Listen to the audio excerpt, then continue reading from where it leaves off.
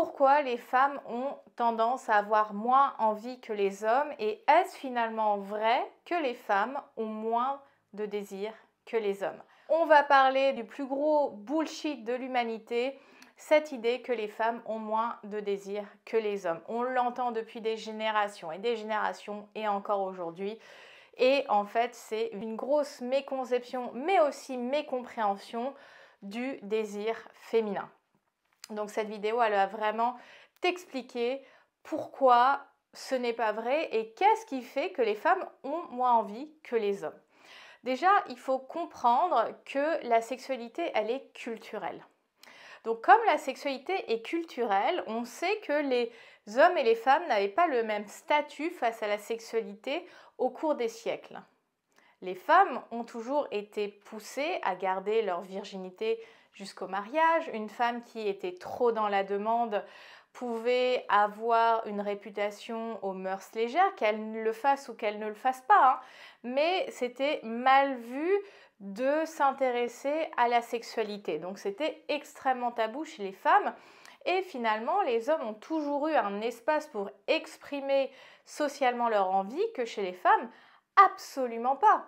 Donc déjà, culturellement, au cours des siècles, il y a un décalage sur ce qu'on autorisait ou pas entre hommes et femmes. Donc on n'avait pas du tout les mêmes libertés, les mêmes possibilités d'exprimer ce qu'on pouvait ressentir d'un point de vue désir. Après, il y a aussi eu la période mai 68 qui a été la première révolution sexuelle où on a commencé à dissocier sexualité de procréation et sexualité plaisir via l'arrivée de la pilule. Avant ça, alors les gens se débrouillaient, mais la pilule a permis finalement de dissocier et finalement de donner cette possibilité d'un rapport sexuel sans forcément systématiquement le stress de procréer. Alors on est des décennies après l'arrivée de la pilule. La pilule n'a pas été que positive. Aujourd'hui, on en voit aussi les répercussions. Beaucoup de femmes, surtout de la génération 80-90, ne veulent plus ingérer des hormones tous les jours.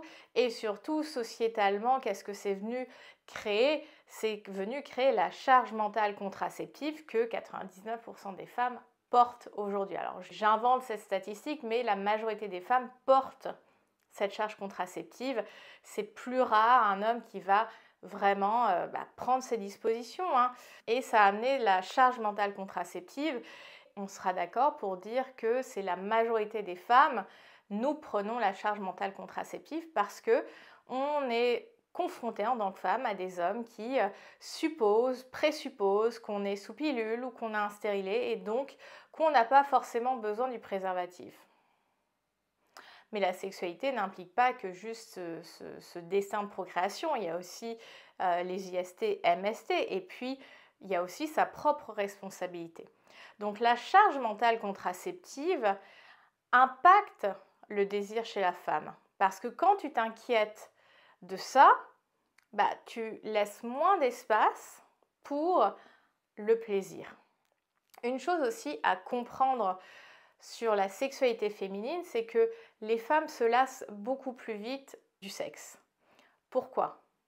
Parce que l'expérience que les femmes font dans leur vie intime, peut-être que tu l'as observé au fur et à mesure des années dans ton couple, en général, la sexualité devient de moins en moins satisfaisante.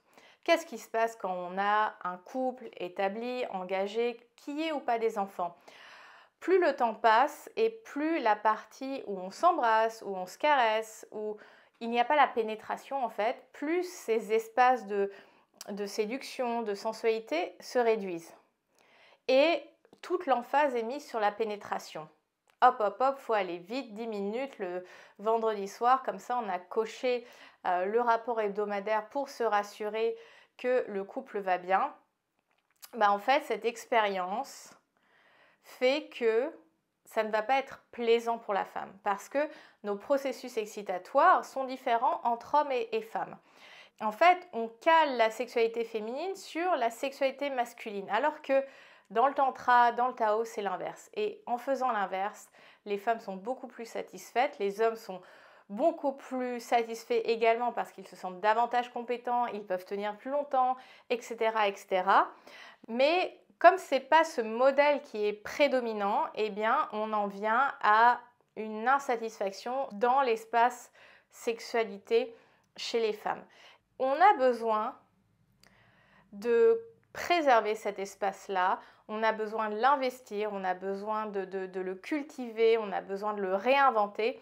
Et c'est pour ça que j'ai créé la plaisirologie, parce que finalement, c'est pas quelque chose que l'on fait par défaut, c'est pas quelque chose qu'on nous enseigne, c'est pas quelque chose auquel on nous éduque, nourrir ce désir, nourrir cet espace plaisir pour que ça reste toujours satisfaisant. On se repose un peu sur nos lauriers, on se dit bon bah ce qui a marché au tout début, ça va nous durer tout le long de la relation. Non, c'est pas comme ça que ça fonctionne.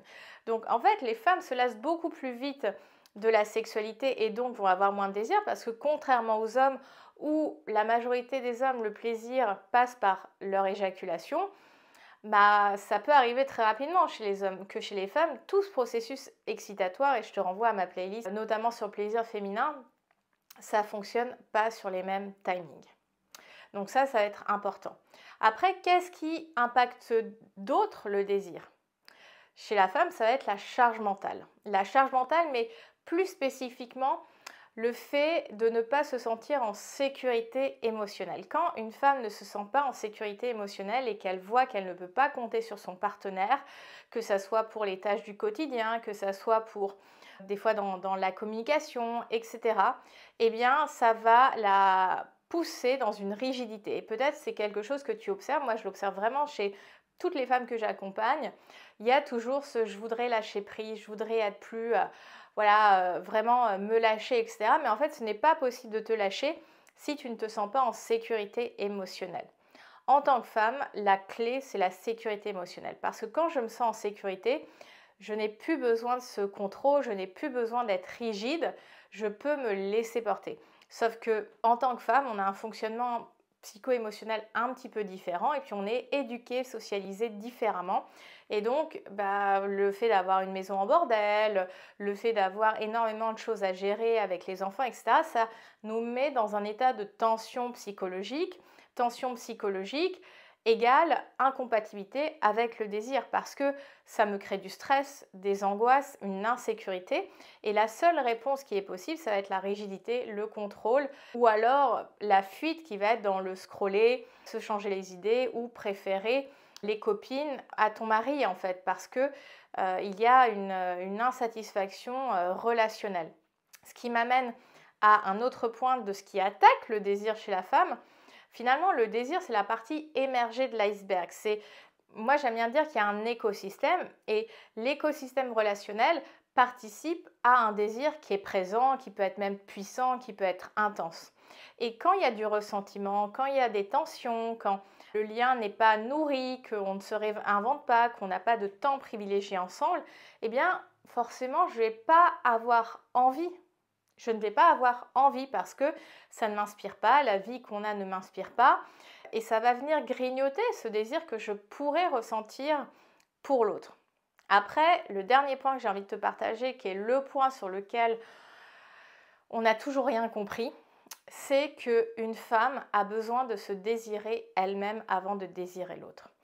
Et en fait, le problème dans notre manière de penser le désir aujourd'hui, c'est qu'on…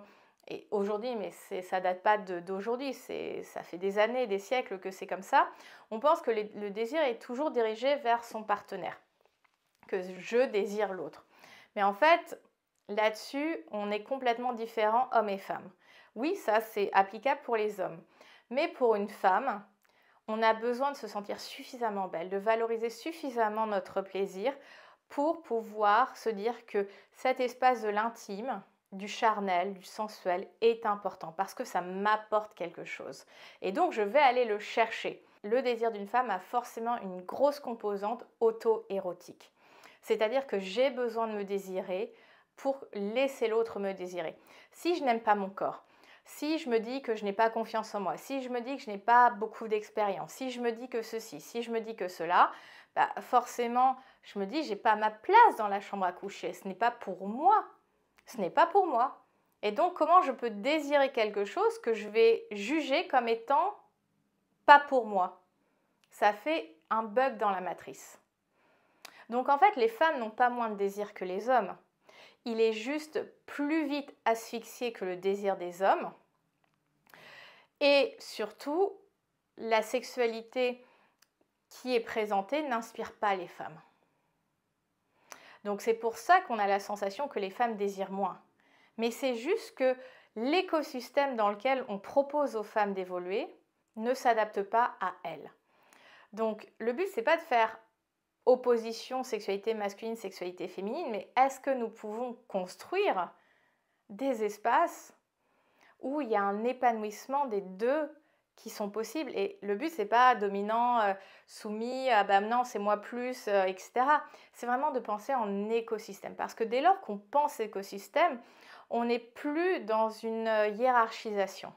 Et la hiérarchisation, ça tue le désir, ça tue l'envie, ça tue la sensualité, ça tue l'érotisme, ça tue la sexualité.